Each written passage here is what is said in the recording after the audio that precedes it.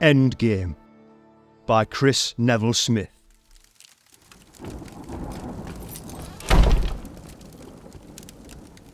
So, you got me. John Crozier, head of the dreaded Crozier family, the terrors of the Tweed.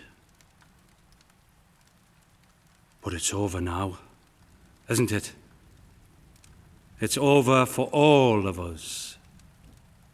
We finally got the full wrath of the crown. Who are you, boy?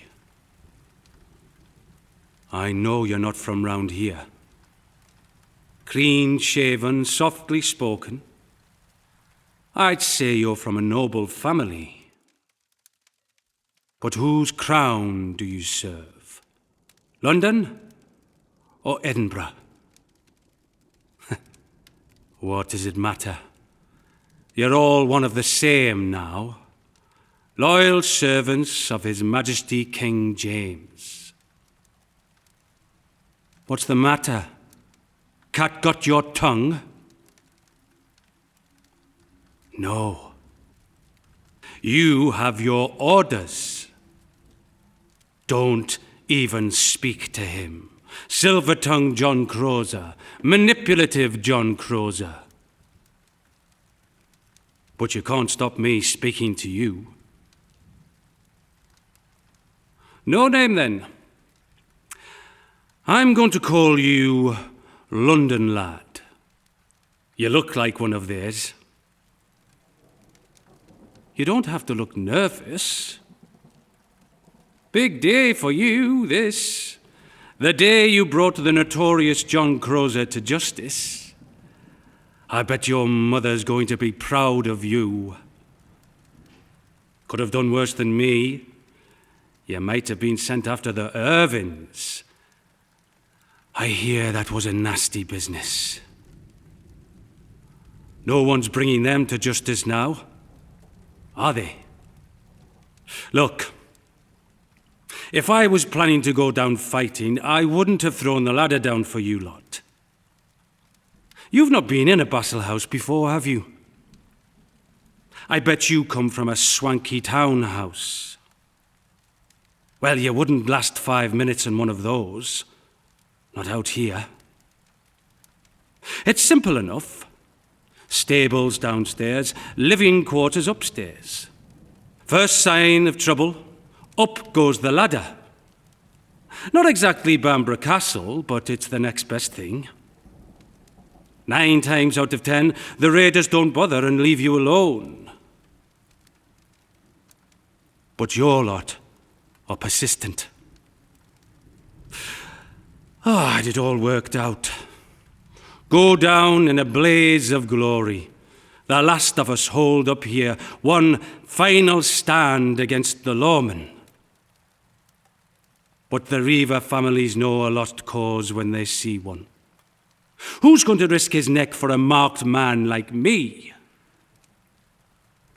So you don't have to point your musket at me. We already know how this story ends. Your commander will return once your men have swept the grounds. Then it's a long journey to Hexham or Carlisle, then a short journey to a cell, and one day soon, a final journey to the scaffold.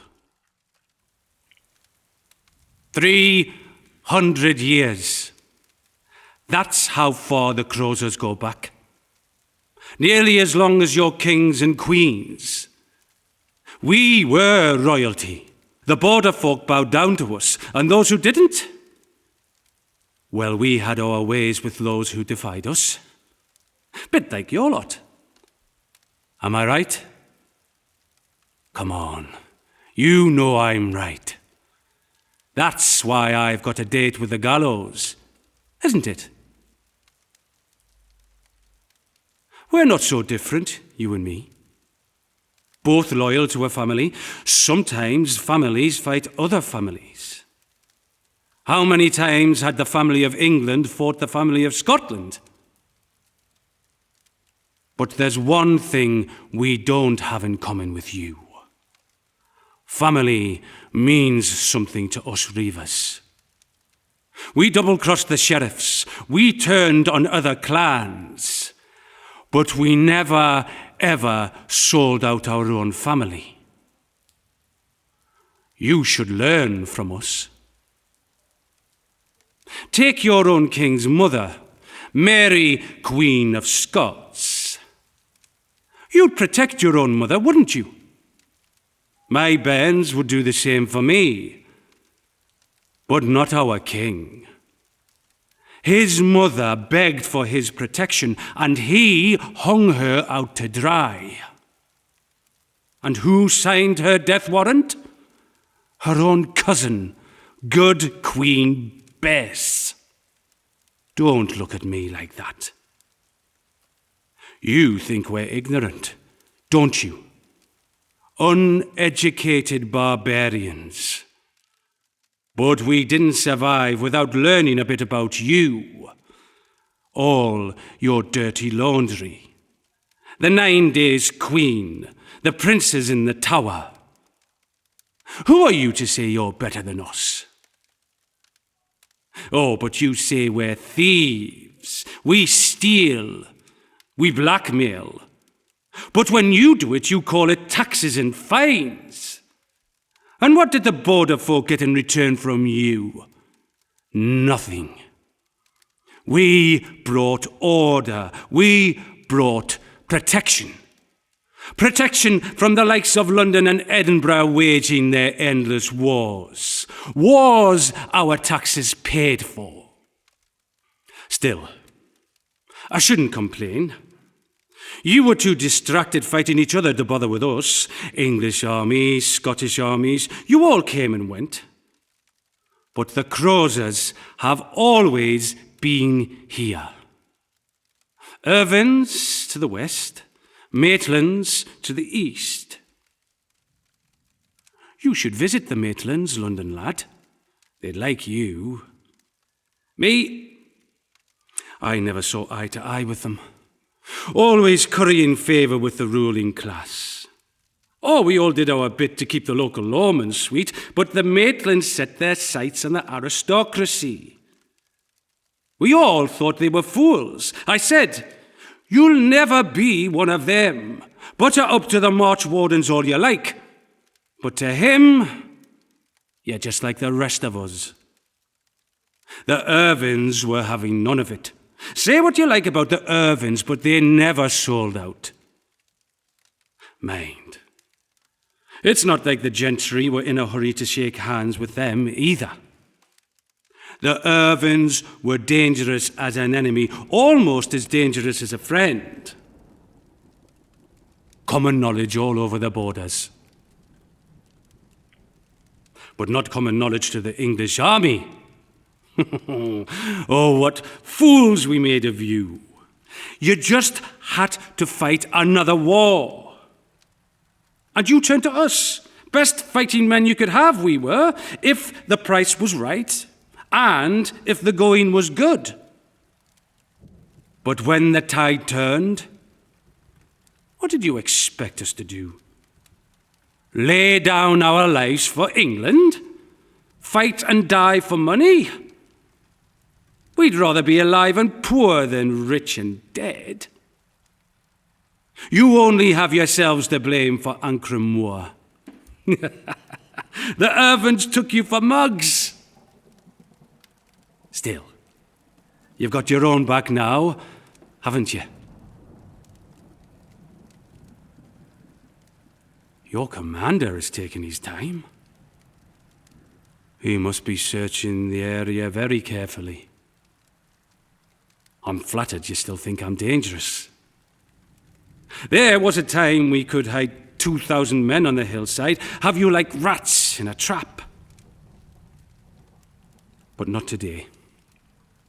They're gone. They're all gone now. If you're sick of me, you can always shoot me. You can tell your commander I lunged at you. But no. That won't do.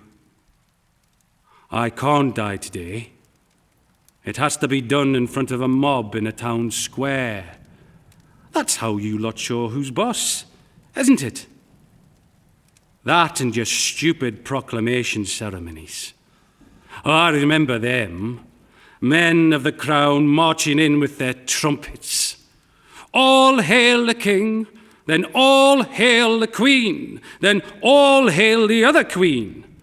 And the lackeys cheer, and nothing ever changes.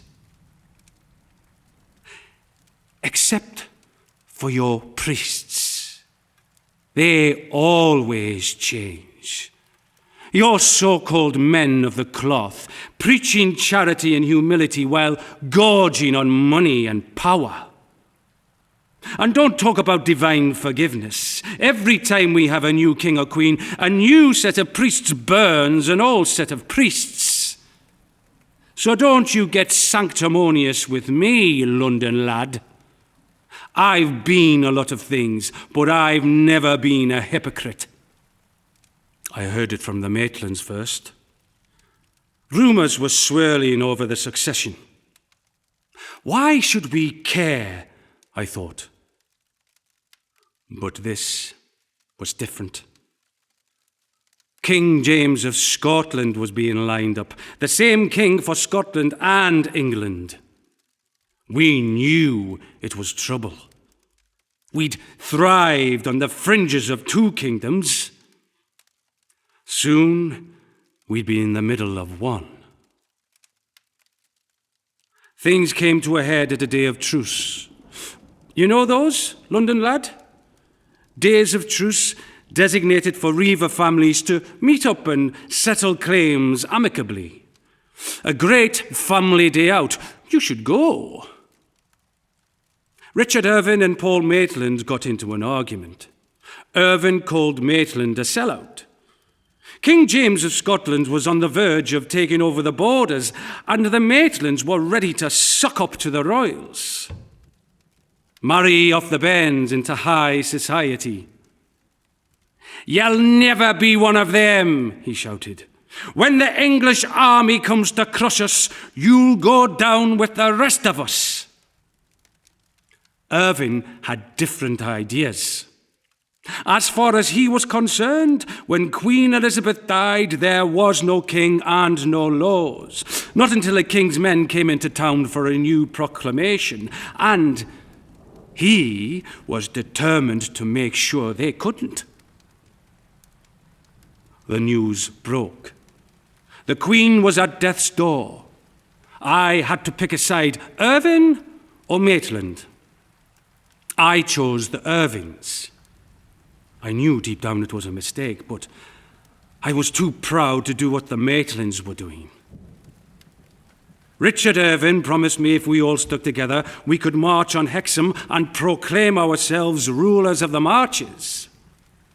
And then, when we reached the Tyne, he had a change of plan.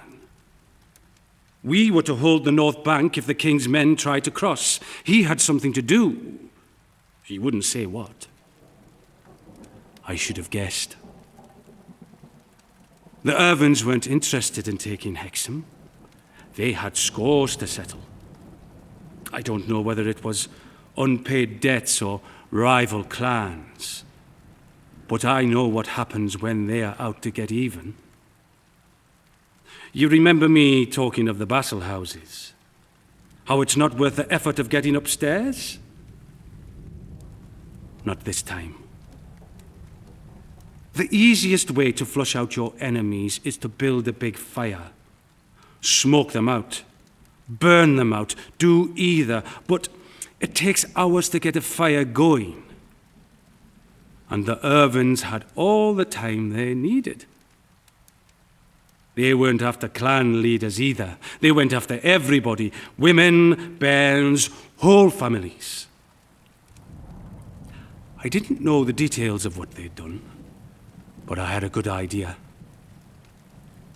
I saw the look on his face, so pleased with himself. And I knew from experience what that meant. Richard Irvine put his hand on my shoulder and said, We taught them a lesson, didn't we? I knew better than to ask. And then he said with a smirk, "We couldn't have done it without you." And he was right. We held the line for him, gave him time to do his worst. The Irvins insisted we had a fair share of the spoils. I wasn't going to argue. And then we all rode home. I was quiet. The Irvins behaved like nothing had happened. I found out later there was no uprising against the crown. Reiver clans had been raiding up and down the border, taking plunder and duffing up rivals. Nobody took on the armies of England and Scotland. I figured there would be consequences. Days passed. Weeks passed. Nothing happened. But the crown wasn't going to forget this. Not after we'd finally got their undivided attention. Word got back that my face was on posters from Alnwick to Lockerbie. Me and all the Irvins wanted for murder and pillage. The Maitlands wanted nothing to do with us. I don't blame them. And we kept our distance from the Irvins. We got word of a big offensive planned against them. We chose to keep our heads down. Maybe, we hoped, if they took out the Irvins, the Army of England would leave us alone. The next bit, well, you probably know more about that than me. I hear it was a bloodbath. Not a single man left alive. Now it was the Irvins holed up in their vassal houses and the king's men starting the fires, killing anyone who tried to leave. I'd have done the same if the Irvins did that to my bairns. Who am I to grumble? It's not enough, though, is it? You need to take somebody alive, and not just any old hooligan. You need a ringleader strung up in that square. You boys took a hell of a beating, and maybe if you'd taken Richard Irvin alive, you'd have called it a day. But he's dead. So instead, you've come after me.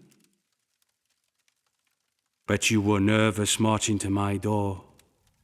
You didn't fancy another fight like the Irvins gave you. But you're in luck, London lad. There's nobody here. Just me. All quite easy in the end. Too easy, you might say.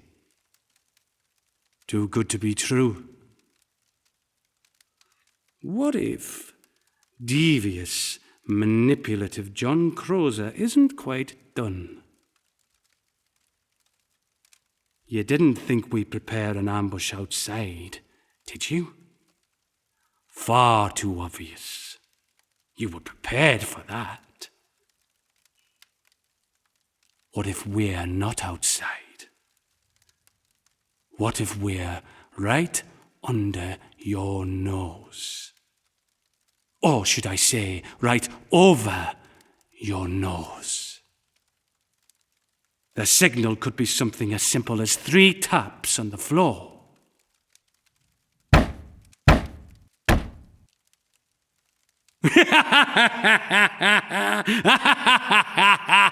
I had you there. The look on your face. You really thought I had a whole Reiver army up in the roof? If I'm going to the gallows, I'm having a bit of fun first. Oh, I could have gone down fighting. But I told you, family means something to us Reivers. My sons and daughters would have fought with me to the bitter end. But what sort of father makes his children waste their lives for a doomed man? You want a public hanging? And you've got one. Maybe, just maybe, That'll be enough for you. Maybe you'll then leave my family alone. Perhaps the Maitlands will take them in. They've done well out of all this in the end. Eldest daughter set to marry into the house of Percy. You never know. You might go sweet on one of my daughters. Who am I kidding?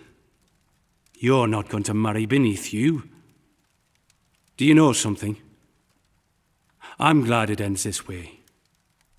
Admit it, public execution suits us as much as it suits the crown. You get to flex your muscles. The condemned man gets his day of glory. I should start thinking about what I shout to the crowd before the drop. But I'll tell you one thing.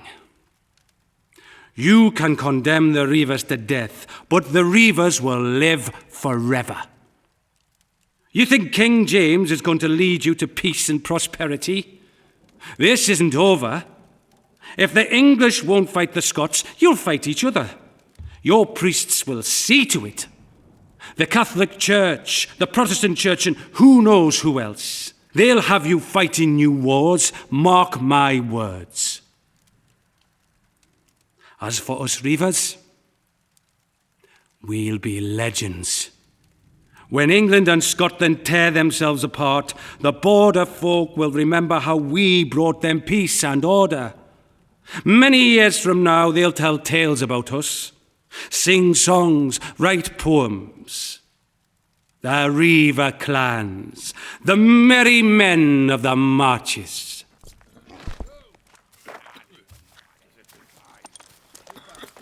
Well, it looks like our time is up. Your men are finishing the search. There'll be no fighting tonight. Just one prisoner, me, Northumberland's most wanted. Yes, I've got it worked out now. How I say goodbye to the world. On the last day, your soldiers march me out of Moot Hall. I see the scaffold built in Hexham Marketplace. I don't struggle. I don't plead. I walk up the steps with my head held high. I look out at the crowd. They look back expectantly. A fancy-dressed man reads out the charges. And then it's my turn to speak. People of Northumberland, I cry. I leave this world a free man. Long live the reivers! And then the drums roll. And then the drop. And then nothing.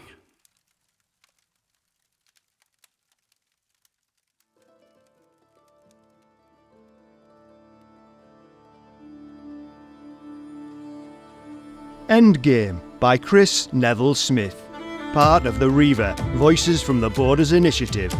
Performed by Micky Cochrane as John Crozier, directed by Jake Murray. Recording, editing, sound and music by Paul G. Clark. Assistant Director, Lowena Olver. Recorded at Hatfield College Chapel, Durham. With thanks to Anne McLarnon and James Armitage. Produced by Elysium Theatre Company. Funded by the National Lottery Heritage Fund, Northumberland County Council and Durham University.